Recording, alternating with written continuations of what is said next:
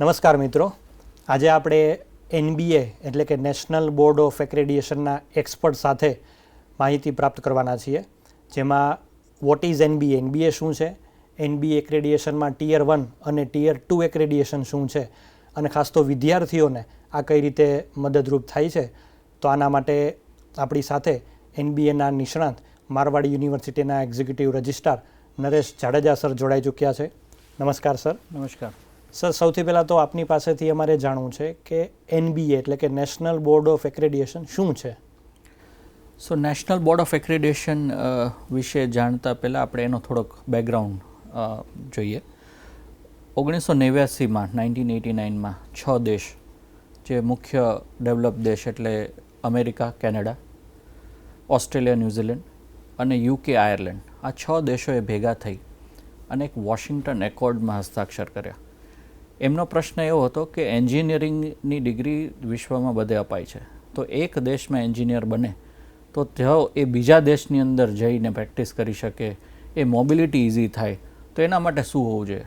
તો આ 6 દેશોએ ભેગા થઈ અને એન્જિનિયરિંગ એજ્યુકેશનની ક્વોલિટીની ગુણવત્તા અને એનું સાતત્ય બધી જ રીતે જળવાઈ રહે બધા જ દેશો માટે, એના માટે માપદંડો નક્કી કર્યા. 1989માં વોશિંગ્ટન એકોર્ડમાં 6 દેશો જોડાયેલા હતા. પછી ધીરે ધીરે આગળ વધ્યા. ભારત દેશ 2007માં જ્યારે કપિલ સિબ્બલ સાહેબ HRD મિનિસ્ટર હતા ત્યારથી પ્રયત્ન કરતા હતા. આપણને HRD મિનિસ્ટરના ખૂબ મોટા એફર્ટ દ્વારા એમાં પ્રોવિઝનલ મેમ્બરશિપ મળી અને 2014ની અંદર નેશનલ બોર્ડ ઓફ એક્રેડિએશન, જે ભારત સરકારની એક સ્વાયત્ત સંસ્થા છે કે જેનો મૂળ હેતુ એન્જિનિયરિંગ એજ્યુકેશન અને બીજા એજ્યુકેશનની અંદર ક્વોલિટી જાળવી રહે અને એના માટે શું માપદંડો હોય એના માટેની સંસ્થા જે NBA બનાવવામાં આવી, એને વોશિંગ્ટન એકોર્ડની અંદર પરમનન્ટ મેમ્બરશિપ 2014માં મળી. એટલે NBA national board of accreditation, જેની શરૂઆત AICTE દ્વારા કરવામાં આવી અને 2007 બાદ એને એક સ્વાયત્ત સંસ્થા તરીકે બનાવવામાં આવી. એ નેશનલ બોર્ડ ઓફ એક્રેડિએશન એ વોશિંગ્ટન એકોર્ડ, અત્યારે જેમાં 24 દેશો, બધા જ વિકસિત દેશો એનો ભાગ છે, એની એક સિગ્નેટરી બની. એટલે નેશનલ બોર્ડ ઓફ એક્રેડિએશન ભારતમાં એકમાત્ર એવી એક્રેડિએશન એજન્સી છે કે જે બધા જ engineering programme, management programme, pharmacy, આની અંદર ગુણવત્તાના માપદંડ નક્કી કરે છે અને સંસ્થાનમાં એ છે કે નહીં એની ચકાસણી કરે છે. બરાબર. બીજું સર, આ NBA એક્રેડિએશનમાં આવતું ટિયર 1 અને ટિયર 2, આ બે એક્રેડિએશન શું છે એ વિશે થોડી આપ વાત કરો. ભારત એક વિશિષ્ટ દેશ છે કે જેની અંદર વિશ્વમાં બહુ ઓછી જગ્યાએ ચાલતી એવી એફિલિએશન સિસ્ટમ છે કે જેમાં એક યુનિવર્સિટી હોય અને એની સાથે જોડાયેલી બીજી 100 કોલેજો, 200 કોલેજો હોય.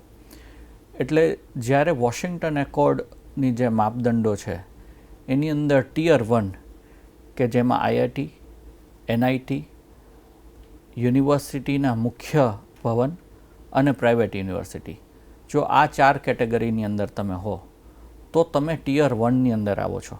ટિયર 1 એટલા માટે કે આ જે બધી સંસ્થાઓ છે તેને તેનો સિલેબસ નક્કી કરવાની સત્તા છે, એમાં ચેન્જીસ કરવાની સત્તા છે, એ પોતાની રીતે વિદ્યાર્થીઓના વિકાસની અંદર જુદા જુદા આયામો લાવી શકે છે. જ્યારે એફિલેટેડ કોલેજીસ કે જેની પાસે સિલેબસ ચેન્જ કરવાની સત્તા નથી, એ એક યુનિવર્સિટી દ્વારા નક્કી કરવામાં આવે છે, એમણે ખાલી ભણાવવાનું છે અને વિદ્યાર્થીઓને કરાવવાનું છે, તો એને ઘણી બધી સત્તાઓ નથી. એટલા માટે એને ટિયર 2, એટલે જે કોઈ કોલેજો છે કે જેની પાસે પોતાનો સિલેબસ નક્કી કરવાની ને બીજી કોઈ વિશિષ્ટ ઓટોનોમી નથી, એ ટિયર 2 કેટેગરીમાં આવે છે. ઓટોનોમસ કોલેજ, પ્રાઇવેટ યુનિવર્સિટી, યુનિવર્સિટીના મુખ્ય ભવનો, IIT અને NIT, આ બધી સંસ્થાઓ ટિયર 1 કેટેગરીમાં આવે છે. આ બંનેના એક્રેડિએશનના અલગ અલગ માપદંડો છે. જેમ મેં કહ્યું કે એફિલિએટેડ કોલેજને જે ટિયર 2માં આવે છે એને પ્રોગ્રામ આઉટકમમાં કાંઈ પણ વિશેષ કરવાની તક નથી, એટલે એને ટિયર 2ની અંદર એ પ્રમાણે માર્ક્સ હોય છે.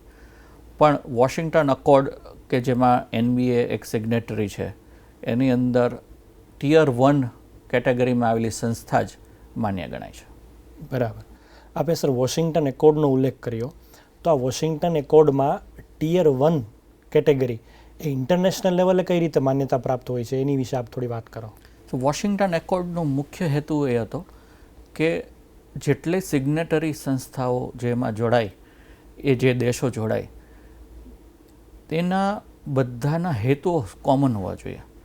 એટલે વોશિંગ્ટન એકોર્ડે ગ્રેજ્યુએટ એટ્રીબ્યુટ્સ જાહેર કર્યા કે જે પણ એન્જિનિયર હોય એનામાં આપણે એક સંસ્કૃતનો બહુ સરસ આપણે દરેક વખતે વાત કરતા હોય છે કે યુવાન કેવો હોવો જોઈએ. તેના માટે આવે છે કે યુવા સ્યાત યુવા અધ્યાપક આશિષ્ટ દ્રઢિષ્ટ બલિષ્ઠ, યુવાન આવો હોવો જોઈએ. તો એના માટે વોશિંગ્ટન એકોર્ડે જાહેર કર્યું કે એન્જિનિયર કેવો હોવો જોઈએ. તો એન્જિનિયર એવો હોવો જોઈએ કે જેને સૌથી પહેલાં એન્જિનિયરિંગનો નોલેજ હોય, મેથ્સ, સાયન્સ, જુદા જુદા વસ્તુઓ દ્વારા એન્જિનિયરિંગના પ્રોબ્લેમ સોલ્વ કરી શકે. બીજું, એનામાં એનાલિસિસની કેપેસિટી હોવી જોઈએ. ત્રીજું, એને ડિઝાઇન અને ડેવલપમેન્ટ કરતા હોવો જોઈએ. આવા 12 માપદંડો વોશિંગ્ટન એકોર્ડે નક્કી કર્યા અને બધી જ સિગ્નેટરી કન્ટ્રીએ એને એક્સેપ્ટ કર્યા કે હા, અમારા દેશમાં એન્જિનિયર જે થશે એનામાં આટલા 12 જુદા જુદા આયામો હશે. એની અંદર કોર્સ આઉટકમ એટલે કે જુદા જુદા કોર્સ ભણાવી અને એમાં આ 12 મુખ્ય હેતુઓ છે એને સર કરીશું. એટલે વોશિંગ્ટન એકોર્ડના દરેક હેતુઓ 24 દેશોમાં એક સરખા છે. એટલે એનો મતલબ કે અમેરિકાએ જેમ કે જાહેર કર્યું છે કે અમેરિકામાં જેમ ભારતમાં NBA છે, ત્યાં અમેરિકામાં એબેટ છે. એબેટ જે છે એ ભારતના NBA એક્રિડેટેડ ઇન્સ્ટિટ્યૂટ કે જે ટિયર 1માંથી આવે છે, એમાંથી આવેલા કોઈ એન્જિનિયરને એબેટ ઇક્વિવેલન્ટ ગણે છે. એટલે વોશિંગ્ટન એકોર્ડ જે સર્વ માન્ય છે બધા જ દેશોમાં, એમાં એક દેશમાંથી થયેલો એન્જિનિયર જ્યારે બીજા દેશમાં જાય છે ત્યારે એને ઇક્વિવેલન્સ ગણવામાં આવે છે, એને ઇક્વિવેલન્સી આપવામાં આવે છે.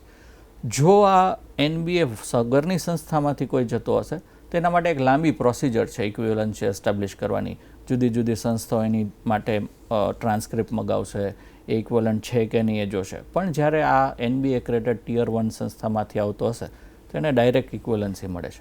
તો વોશિંગ્ટન એકોર્ડથી આ મુખ્ય ફાયદો છે. બીજું સર, આપે અત્યારે જે વાત કરી NBA વિશેની, તો વર્તમાન પરિસ્થિતિ જોતાં આપનું શું આકલન છે કે અત્યારે વિદ્યાર્થીઓને, વાલીઓને, કેમ કે ભારતમાં અત્યારે 1100થી વધારે યુનિવર્સિટી છે આજની તારીખે, તો આપનું શું માનવું છે કે વિદ્યાર્થીઓને, વાલીઓને NBA વિશેની સમજ અથવા તો એની અવેરનેસ એ કેટલી છે આજના સમયમાં? ગુજરાતમાં આ કોઈ પણ બાબતની, હાયર એજ્યુકેશનની કોઈ પણ બાબતની જાણકારી ગુજરાત લેવલે બહુ જ ઓછી છે.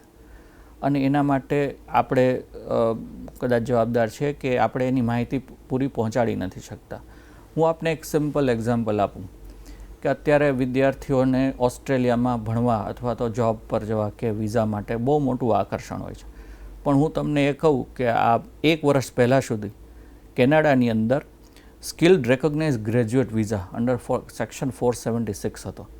જો તમે આખા દુનિયાની કોઈ પણ વોશિંગ્ટન એકોર્ડ માન્ય એક્રિડેશન સંસ્થામાંથી ગ્રેજ્યુએટ થાવ છો તો ઓસ્ટ્રેલિયાની અંદર 476 સેક્શનના વિઝાની અંદર તમને 3 મહિનામાં ખૂબ જ ઓછા વિઝા ફીથી કોઈ પણ જાતની ઇંગ્લિશની વધારે રિક્વાયરમેન્ટ વગર ડાયરેક્ટ વિઝા મળતા હતા.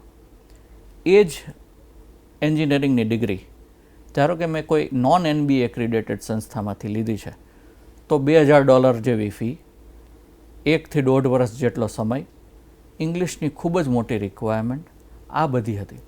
કેમ? કારણ કે ઓસ્ટ્રેલિયાએ વોશિંગ્ટન એકોર્ડને માન્ય કરે છે અને એમને ખબર છે કે NBA એક્રિડેટેડ સંસ્થામાંથી કોઈ એન્જિનિયર આવે છે તો આપણે જે આ 12 માપદંડો નક્કી કર્યા છે એને ઇક્વિવેલન્ટ એનું એજ્યુકેશન, એનું એક્સપોઝર, એનું એનાલિસિસ, એની એક્સપર્ટીઝ હશે તો મારા દેશની અંદર આવીને સીધો જ નોકરી કરી શકશે. તો આ વસ્તુઓ આપણને ખ્યાલ જ નથી. કોઈ વિદ્યાર્થી ઓસ્ટ્રેલિયા જવા તૈયાર કરે છે પણ ઓસ્ટ્રેલિયા જવા માટે એ civil, electrical, mechanical, chemical engineering કોઈ બીજી સંસ્થામાં કરશે અને NBA ટિયર 1 એક્રિડેટેડ સંસ્થામાં કરશે તો અવડો મોટો ફેર એને ખ્યાલ જ નથી. હજી આનાથી આગળ વાત કરું, અમેરિકાની અંદર એબેટ એક્રિડેશન છે પણ અમેરિકામાં કોઈ બીજા દેશનો ગ્રેજ્યુએટ જ્યારે ત્યાં જાય છે તો એને પ્રોફેશનલ એન્જિનિયર તરીકે વર્ક કરવાનું PE કહે છે. તો PE માટે એને કોઈ એક અલગથી ઇક્વેલન્સી એક્ઝામ આપવાની હોય છે, તૈયારી આપવામાં આવે છે. પણ આપણને ખ્યાલ નથી કે અમેરિકાના મુખ્ય ઘણા બધા રાજ્યો જેમ કે ટેક્સાસ, સાઉથ કેરોલિના, આઇડાહો, ત્યાંની જે પ્રોફેશનલ એન્જિનિયરિંગ સંસ્થા છે એ NBA એક્રિડેટેડ ટિયર 1 સંસ્થા કે જે વોશિંગ્ટન એકોર્ડનો ભાગ છે એમાંથી આવતા એન્જિનિયરને કોઈ પણ જાતને પેપર વર્ક વગર ડાયરેક્ટ એને સમાવેશ કરે છે. તો હવે તમારું હેતુ છે કે civil engineering, mechanical, electrical, chemical આવા એન્જિનિયરિંગના પ્રોગ્રામ કરી તમારે કોઈ દેશમાં આગળ જવું છે તો તમે શું પસંદ કરશો? ઓફકોર્સ એક NBA ટિયર 1 કેટેગરીમાંથી આવેલી ડિગ્રી અને બીજી ડિગ્રીમાં આટલો મોટો તફાવત હોય પણ આપણે ત્યાં આનું ઘણું બધું એક્સપોઝર અને અવેરનેસ ઓછી છે.